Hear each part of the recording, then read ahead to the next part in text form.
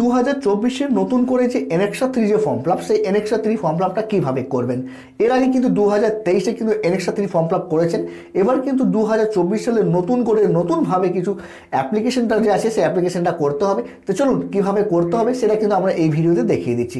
তো আপনি আপনার যদি যুবশ্রী বা এমপ্লয়মেন্টের নাম রেজিস্ট্রেশন করেছেন, তাহলে এই মুহূর্তে আশা করি আপনার মোবাইলে একটা SMS দিয়ে দিয়েছে, যেখানে কিন্তু বলা হচ্ছে যে NEXA-3 যে ফর্ম ফিল আপ, সেই NEXA-3 ফর্ম ফিল আপটা করতে হবে। তো এই NEXA-3 ফর্ম ফিল আপটা 2024-এ নতুনভাবে কীভাবে করবেন, চলুন কম্পিউটার স্ক্রিনে যাওয়া যাক এবং দেখা যায় যে NEXA-3 যে ফর্ম ফিল আপ, সেই NEXA-3 ফর্ম ফিল আপটা কীভাবে করতে হয়। পেয়ে যাবেন সাবমিট NEXA-3 বলে একটা অপশন পেয়ে যাবেন।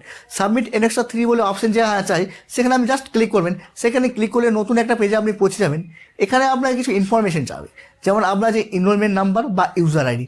মানে এনরোলমেন্ট নাম্বার বা ইউজার আইডি বলতে কি, আপনার কাছে যে ইবি নাম্বারটা আছে সেটাই আপনার ইউজার আইডি বা এনরোলমেন্ট নাম্বার, ওটা আপনি বসিয়ে দেবেন। তারপর চাবে আপনার পাসওয়ার্ড।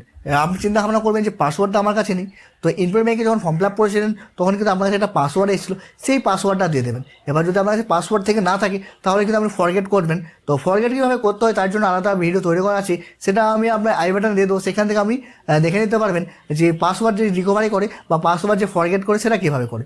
তো আপনার যদি পাসওয়ার্ড থেকে থাকে তাহলে পাসওয়ার্ডটা দিয়ে দেবেন, নাহলে আপনি ফরগেট করে নেবেন। তো পাসওয়ার্ডটা বসিয়ে দেওয়ার পর যে ক্যাপচারটি আছে সেই ক্যাপচারটি দেখে আপনাকে বসিয়ে দিতে হবে। তারপর সাবমিট অপশানে আপনি ক্লিক করতে হবে। যেমনি আপনি সাবমিট অপশানে আপনি ক্লিক করবেন, নতুন একটা পেজে আপনি পৌঁছে যাবেন। এখানে আপনার নাম, আপনার এনরোলমেন্ট নাম্বার, ডিটেলসটা চেক করতে পারবেন। তারপর নিচে দেখবেন দুটি অপশান আছে, সেলফ ডেভেলপমেন্ট বা ট্রেনিং, তারপর সেলফ এমপ্লয়মেন্ট। মানে এখানে দুটো অপশান আছে, আপনি যে 1500 টাকাটা পাচ্ছেন সেই 1500 টাকাটা কোথায় খরচ করছেন। সেলফ এমপ্লয়মেন্ট মানে আপনি নিজে কাজ করছেন সেই জায়গাতে খরচা করছেন, বা কোনো রকম ট্রেনিং করছেন, তো কোথায় খরচা করছেন সেটা আমাকে দিতে হবে। যদি আপনি কোনো রকম ট্রেনিং করে থাকেন তাহলে যে প্রথম যে অপশান আছে সেই প্রথম অপশানটা ক্লিক করতে হবে। আর যদি আপনি সেলফ এমপ্লয়মেন্ট হন তাহলে দ্বিতীয় যে অপশান আছে সেই দ্বিতীয় অপশানটা আপনি ক্লিক করবেন। তো 80% ছেলেরা কিন্তু প্রথম যে অপশান আছে ট্রেনিং, সেই ট্রেনিং অপশানটাই আপনার ক্লিক করে থাকে। তো আপনার যদি ট্রেনিং অপশান হয় তো ট্রেনিং অপশানে ক্লিক করবেন, তারপর সাবমিট অপশানে ক্লিক করবেন। যেমনি আপনি সাবমিট অপশানে ক্লিক করবেন, আপনার সামনে চলে আসবে আপনার যে নাম আছে নামটা দেখতে পাবেন, আপনার বাবার নাম দেখতে পাবেন, এনরোলমেন্ট নাম্বারটা আপনার যে দেখতে পাবেন মানে ইবি নাম্বারটা দেখতে পাবেন।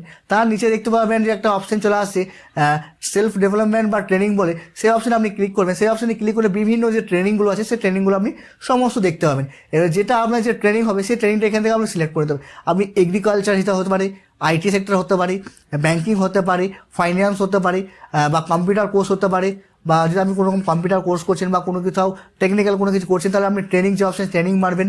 তো বেশিরভাগ ছেলেরা কিন্তু আপনার এডুকেশন অ্যান্ড যে ট্রেনিং আছে এই অপশানটা ক্লিক করে থাকে। তো আপনার যদি এই অপশান হয় তো এই অপশানে আপনি ক্লিক করবেন। ক্লিক করার পর দ্বিতীয় একটা ঘর দেখতে পাবেন যেখানে আপনার লেখা আছে নেম অ্যান্ড অ্যাড্রেস বলে। মানে এটা হচ্ছে আপনি যে ইনস্টিটিউট বা যে স্কুল বা যে কলেজে আপনি পড়াশোনা করছেন, ধরুন আপনি যদি কোনো রকম কিছু ট্রেনিং করে থাকেন বা কম্পিউটার কোর্স করে থাকেন, কোথাও তো আপনি কম্পিউটার কোর্স করছেন, সেই সেন্টারের নামটা এখানে লিখতে হবে। বা আপনি যদি পড়াশোনার সাথে সংযুক্ত হন, BA MA বা গ্র্যাজুয়েশন DL BEড যদি পড়াশোনা করেন, তাহলে সেই ইনস্টিটিউটের নামটা আপনাকে এখানে বসাতে হবে। তো আপনি যেখানে ট্রেনিং করছেন বা যেখানে পড়াশোনা করছেন সেইখানকার নামটা আপনি লিখে দেবেন। নামটা লিখে দেওয়ার পর সেখানকার যে অ্যাড্রেস আছে সেই অ্যাড্রেসটা আপনি বসিয়ে দেবেন। তারপর দ্বিতীয় একটা ঘর দেখতে পাবেন, সেখানে কিছু ডেট বসাতে হবে। তো স্টার্টিং ডেট বলে একটা অপশন পেয়ে যাবেন, এন্ডিং ডেট বলে একটা অপশন পেয়ে যাবেন। তো মানে এটা হচ্ছে আপনি কবে থেকে ট্রেনিং শুরু করেছেন সেই ডেটটা দিতে হবে, এবং কবে আপনি শেষ করছেন সেই ডেটটা দিতে হবে। টিম মার্ক বলে সেখানে আপনি যে ইনস্টিটিউট যে আপনি যে কোর্সটা করছেন সেই কোর্সের নামটা আপনি ওখানে বসিয়ে দিতে পারেন। কিংবা আপনি রানিংও অনেকে লেখে, তো রানিংও কিন্তু লিখতে পারেন। তো আমি বলবো ওখানে কিন্তু আপনি যে কোর্সটা করছেন সেই কোর্সের নামটা দিয়ে দেবেন। তারপর নিচে একটা ঘর পাবেন যেখানে আপনি আধার নাম্বার আছে, আধার নাম্বারটা কিন্তু আপনাকে অবশ্যই বসাতে হবে। আধার নাম্বার না বসালে কিন্তু আপনি যে NEXA-3 ফর্ম ফিল আপ করেও দেবেন, প্রিন্ট আউটও হয়ে যাবে, তারপরে কিন্তু আপনার NEXA-3টা ইনভ্যালিড হয়ে যাবে বা রিজেক্টেড হয়ে যাবে। তার জন্য মনে করে কিন্তু আমি যে আধার নাম্বার আছে সেই আধার নাম্বারটা বসিয়ে দেবেন। আধার নাম্বারটা বসিয়ে দেওয়া দুই জায়গাতে আমি চেক মারা আছে, সেই দুই জায়গায় চেক নাও করবেন। তারপর সেই সাবমিট অপশন আছে, সেই সাবমিট অপশানে আপনি ক্লিক করে দেবেন। সাবমিট অপশানে আপনি যেমনি ক্লিক করবেন আপনার যে NEXA-3 যে ফর্ম ফিল আপটা আছে সেই NEXA-3 ফর্ম ফিল আপটা কিন্তু আমার কমপ্লিট হয়ে যাবে।